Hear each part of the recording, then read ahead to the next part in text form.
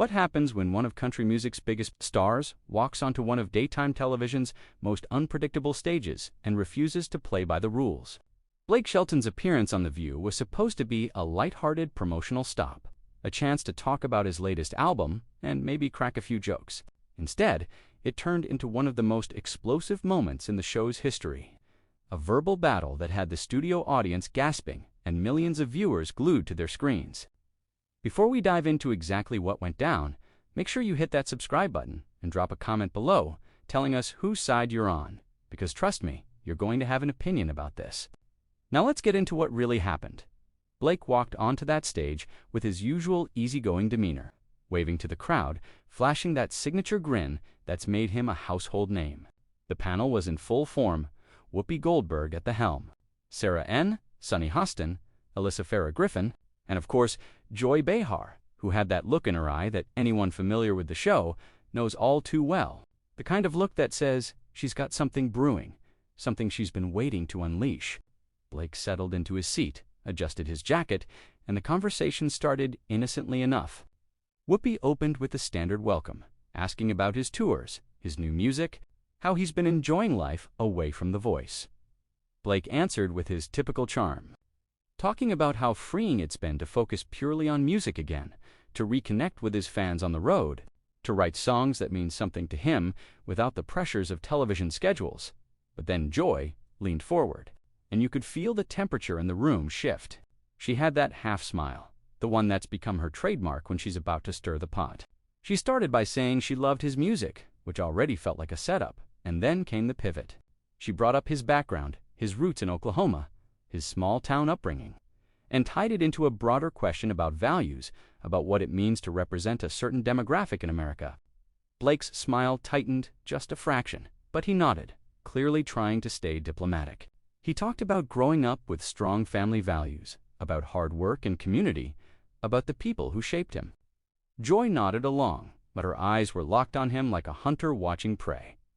Then she went for it.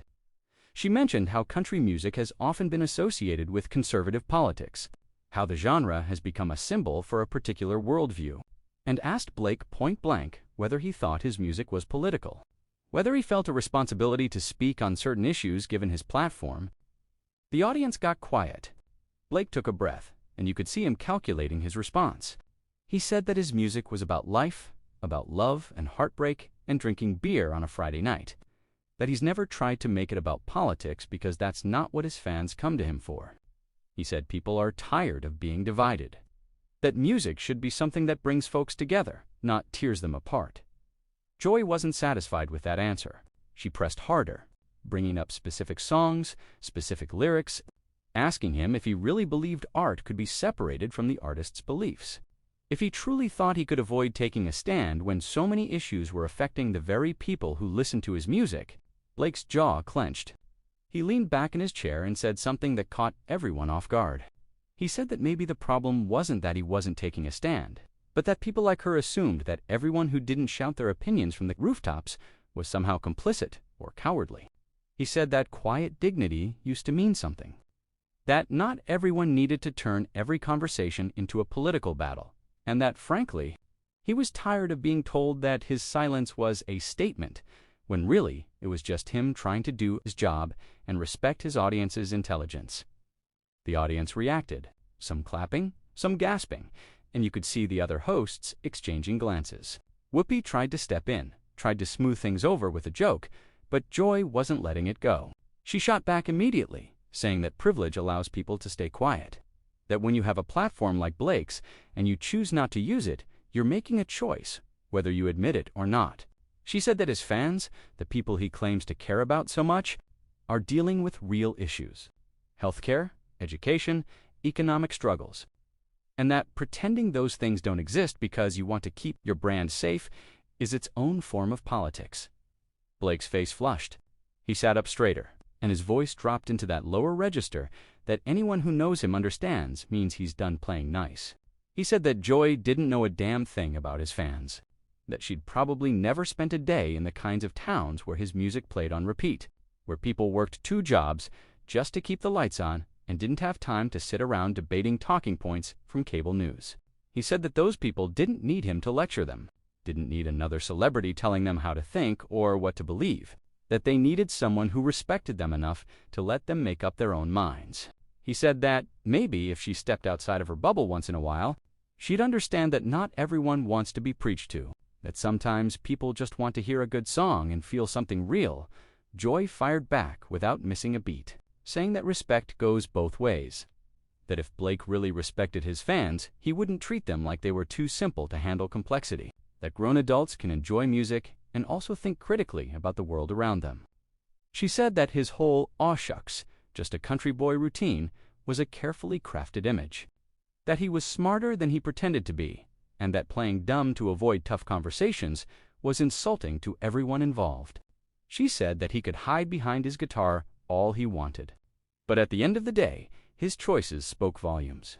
And silence in the face of injustice wasn't neutrality. It was complicity. The studio fell into a tense silence. Blake stared at Joy for a long moment, and you could see the wheels turning. Then he smiled, but it wasn't friendly. It was the kind of smile you give someone when you're about to say something you've been holding back for a long time. He said that it was interesting how people like Joy always assumed they had the moral high ground, how they could sit in their studios and judge everyone else's lives without ever having to live them. He said that she made a living off of stirring up conflict, off of making people angry and divided because that's what kept her relevant, and that he refused to play that game. He said that if she wanted to call him complicit, fine, but he'd rather be complicit in treating people with dignity than complicit in tearing them down for clicks and ratings. The audience erupted. Some people were on their feet clapping, others were booing, and the panel was in chaos.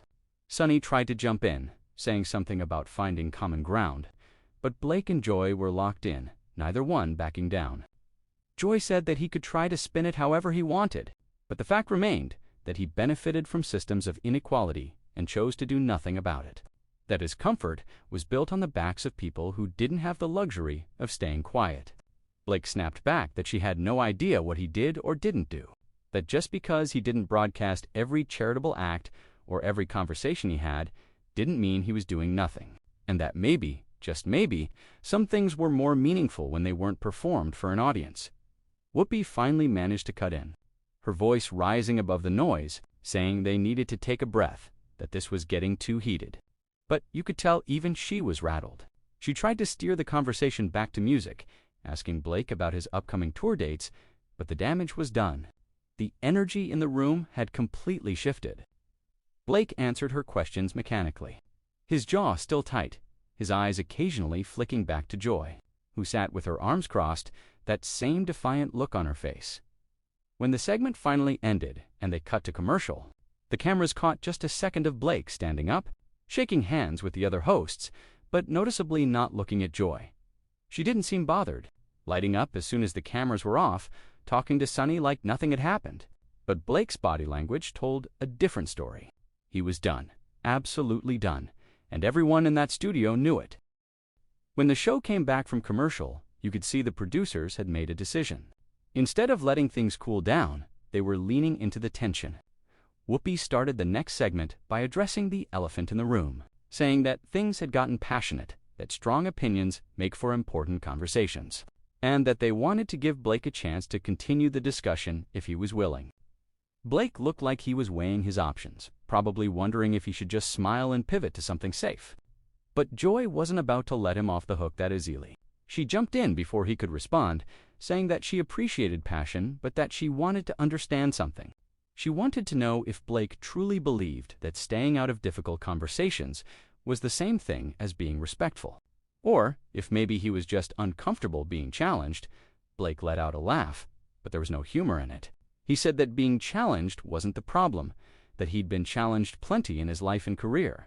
The problem, he said, was the assumption that everyone had to engage in the exact same way, that if you weren't shouting your opinions on social media or getting into heated debates on talk shows, you were somehow less valid, less authentic. He said that Joy's version of engagement seemed to be about confrontation, about backing people into corners and then judging them for how they responded, and that he didn't find that particularly productive or respectful. He said that real conversations happen when people feel safe enough to be honest, not when they're being ambushed on national television. Joy's eyes flashed.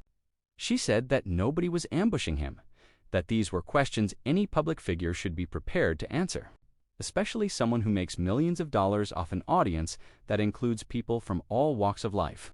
She said that if he felt ambushed by basic questions about his values and his responsibilities, then maybe he needed to examine why that was. She said that discomfort wasn't a bad thing. That growth happens when we're pushed outside our comfort zones. And that maybe his resistance to these conversations said more about him than it did about her methods. Blake shook his head slowly, that tight smile still on his face. He said that there was a difference between discomfort and disrespect, and that Joy seemed to specialize in the latter. He said that she could dress it up as tough love or important dialogue all she wanted. But what he was experiencing right now felt a lot more like being put on trial for not thinking, the exact way she thought he should think. He said that the irony was that she talked about respecting different perspectives, but the moment someone actually had a different perspective, she treated it like a moral failing rather than a legitimate point of view. Alyssa Farah Griffin tried to interject, saying that she understood both sides, that there was value in both speaking out and in choosing your battles carefully. But Joy cut her off, keeping her focus on Blake. She said that the problem with his argument was that it assumed all perspectives were equally valid, that some things weren't matters of opinion, but matters of right and wrong. She said that when people were suffering, when rights were being threatened, when injustices were happening, sitting on the sidelines and calling it respect was just cowardice, dressed up in pretty language. She said that history didn't remember the people who stayed quiet. It remembered the people who stood up, and that Blake had a choice about which side of history he wanted to be on. Blake's face went from flushed to almost pale with anger. He leaned forward, his voice dropping to that dangerous, quiet tone again. He said that Joy didn't get to decide who was on the right side of history, that her self-righteousness was exactly what drove people away from having real conversations. He said that she sat up there acting like she had all the answers, like anyone who didn't agree with her was either stupid or evil. And that kind of thinking was what was actually tearing the country apart. He said that maybe, just maybe, the world was more complicated than her talking points, and that the people she claimed to be fighting for didn't need her to speak for them because they had their own voices, their own thoughts, their own agency. Joy laughed, and it was sharp and cutting. She said that it was convenient how people always claimed the world was complicated when they didn't want to take a stand on something. She said that yes, the world was complicated, but some things were actually pretty simple. Treating people with dignity was simple. Fighting for equality was simple. Using your platform to make a positive difference was simple. She said that Blake could hide behind complexity all he wanted, but what she heard was someone who was comfortable enough in his privilege that he didn't have to worry about the things that kept other people up at night. Blake stood up, not to leave, but because he couldn't sit still anymore. The audience gasped. Whoopi said his name, a warning, but he held up a hand. He said he wanted to make something very clear. He said that Joy didn't know him, didn't know his life, didn't know what he worried about or what kept him up at night. He said that she made assumptions based on where he was from and what he did for a living, and that was its own form of prejudice, its own form of putting people in boxes and deciding who they were without actually knowing them. He said that he grew up with nothing, watched his parents struggle, watched his community struggle, and that he never forgot where he came from or the people who got him where he was. He said that the difference between him and Joy was that he didn't need to perform his compassion, didn't need to make every act of kindness or generosity into a public spectacle. He said that he helped people quietly, supported causes that mattered to him without press releases, had conversations with his fans and his friends about real issues without turning those conversations into content. He said that just because she couldn't see it didn't mean it wasn't happening, and that, frankly, her need to see everything, to have everything validated and witnessed, said more about her ego than his supposed privilege. The audience was going wild, split down the middle, half of them cheering, half of them shocked into silence. Joy stood up too, and now both of them were on their feet, the desk between them feeling like a boxing ring. She said that if he did all these wonderful things, then why was he so afraid to talk about them? Why was he so defensive when asked simple questions? She said that the idea that kindness had to be quiet was outdated, that visibility mattered, that representation mattered, that when you had influence you had an obligation to use it in ways that made a real difference. not just write checks in private and pretend that was enough. Blake said that maybe the problem was that Joy thought visibility and virtue were the same thing. He said that social media had turned everyone into performers, into people who measured their worth by likes and shares and how many people knew about their good deeds. He said that he came from a world where your word mattered, where what you did when nobody was watching was what defined your character, and that he wasn't about to change that just because it didn't fit her narrative of what activism should look like. He said that she could judge him all she wanted, but he slept fine at night knowing that he lived according to his values, not according to what would get him the most approval from people who didn't actually know him. Joy's voice rose. She said that values without action were just words, that he could talk all day about his character and his principles, but if nobody saw them, if they didn't translate into real change, then what was the point? She said that the world didn't get better because good people did nice things in private. It got better because good people stood up publicly, took risks, made themselves vulnerable, fought for what was right, even when it was uncomfortable. She said that his resistance to that, his insistence on keeping everything private and personal, was just another way of maintaining the status quo, of not rocking the boat, of protecting himself and his career above all else. Blake threw his hands up. He said that this was exactly what he was talking about, that Joy had taken a conversation about music and turned it into an interrogation about his entire existence. He said that he came on the show to talk about his album, to connect with viewers who might enjoy his music. And instead, he was being treated like a criminal for not living his life according to her specifications. He said that this was why people were exhausted, why they tuned out, why they stopped engaging, because every single interaction had become a test of ideological purity, and if you didn't pass with flying colors, you were deemed unworthy. Sunny tried to step in again, her voice calm but firm, saying that maybe they could find some middle ground, that both of them were coming from places of genuine belief.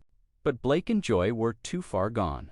Joy said there was no middle ground between doing the right thing and doing nothing, that you were either part of the solution or part of the problem.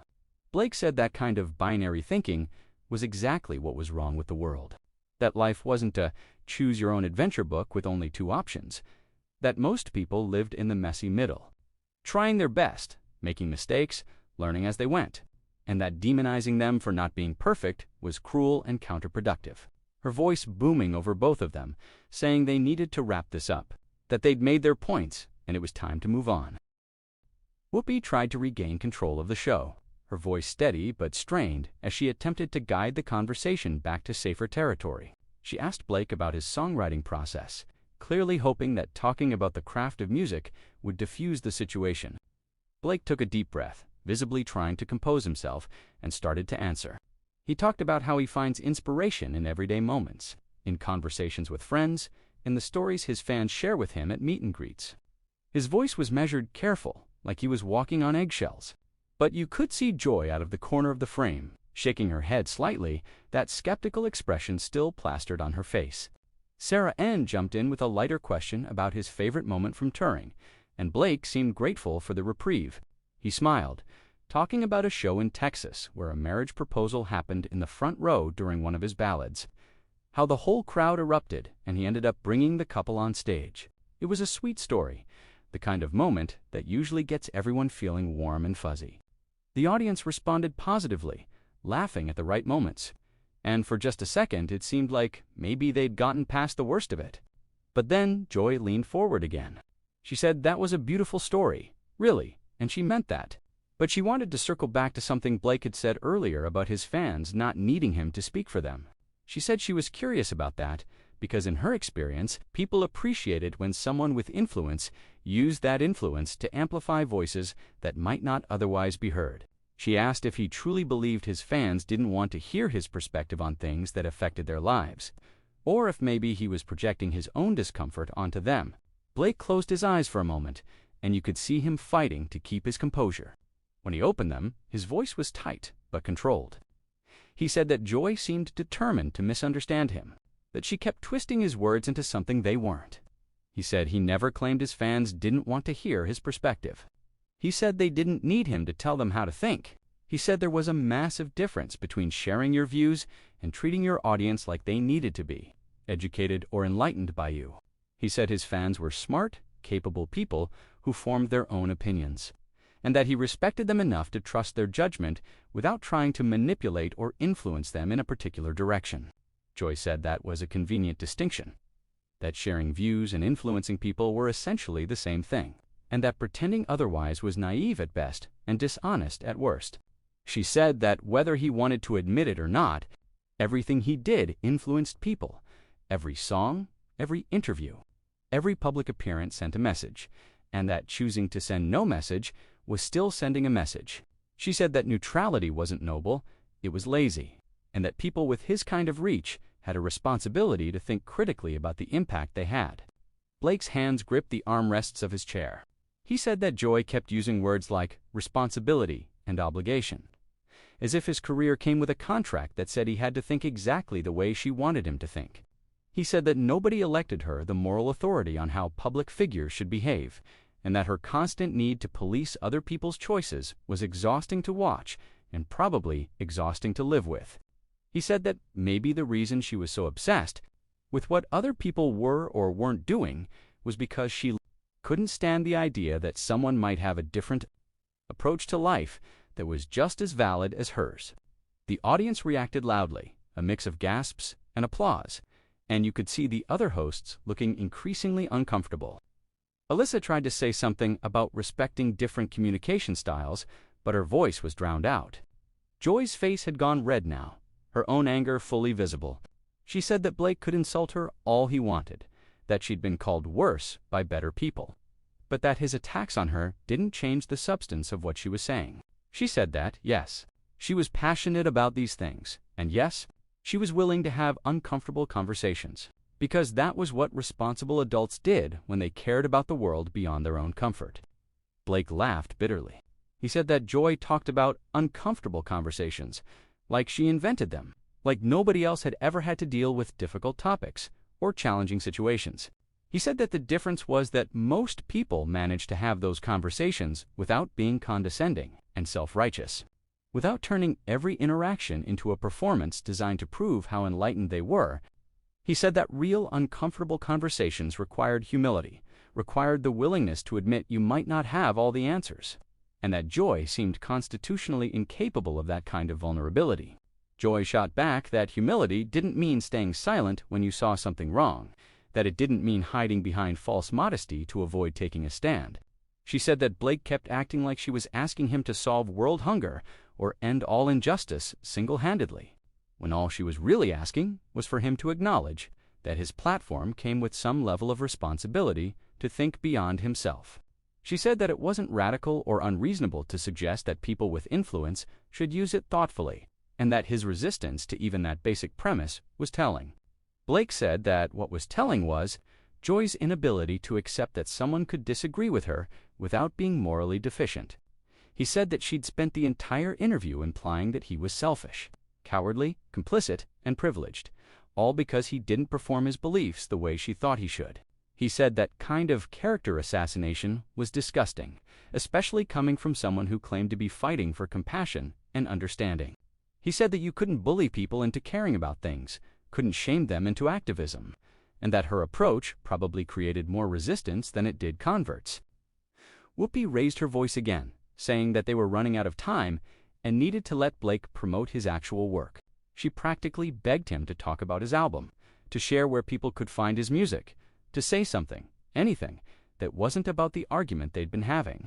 Blake took a breath and complied, talking mechanically about his new record, the tour dates, where to buy tickets, but his heart clearly wasn't in it anymore.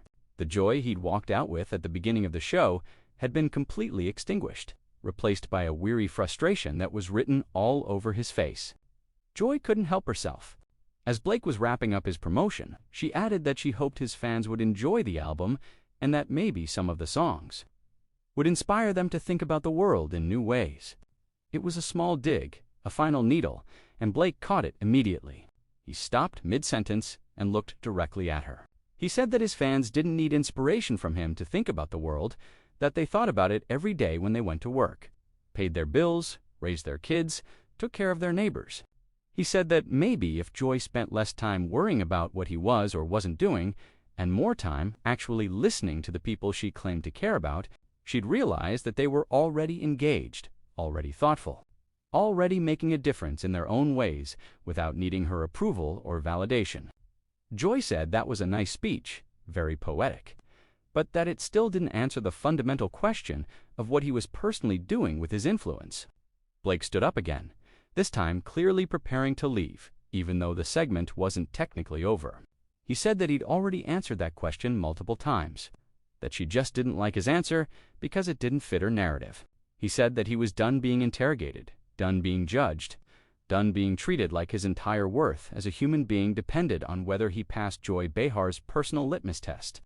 Whoopi stood too, trying to shake his hand, trying to thank him for coming, even as chaos swirled around them. Blake shook her hand, shook hands with Sarah and Sunny and even Alyssa, but when he got to Joy, he paused. For a moment, it looked like he might just walk past her, but then he extended his hand. Joy took it, and they had a brief, tense handshake while maintaining eye contact. Neither one smiled. Blake said, "Thank you for having me," his voice flat, and Joy said, "Thank you for coming," her voice equally cold. Then Blake walked off the stage, the audience applauding but clearly unsure what they'd just witnessed. As the show went to its final commercial break, the cameras lingered on the panel. Joy was talking animatedly to Sunny, defending her approach, saying she'd just asked reasonable questions and Blake had gotten defensive. Sunny was nodding but looked uncertain. Whoopi was rubbing her temples, looking exhausted. Sarah was checking her phone, probably already seeing the reactions flooding social media. And somewhere backstage, Blake Shelton was presumably processing what had just happened, wondering if that appearance had been worth it, knowing that this moment was going to follow him for a long time. So now, we want to hear from you. Make sure you subscribe to this channel so you don't miss any more explosive moments like this one, and drop a comment below answering this question. Do you think Blake Shelton was right to push back against Joy Behar's questions?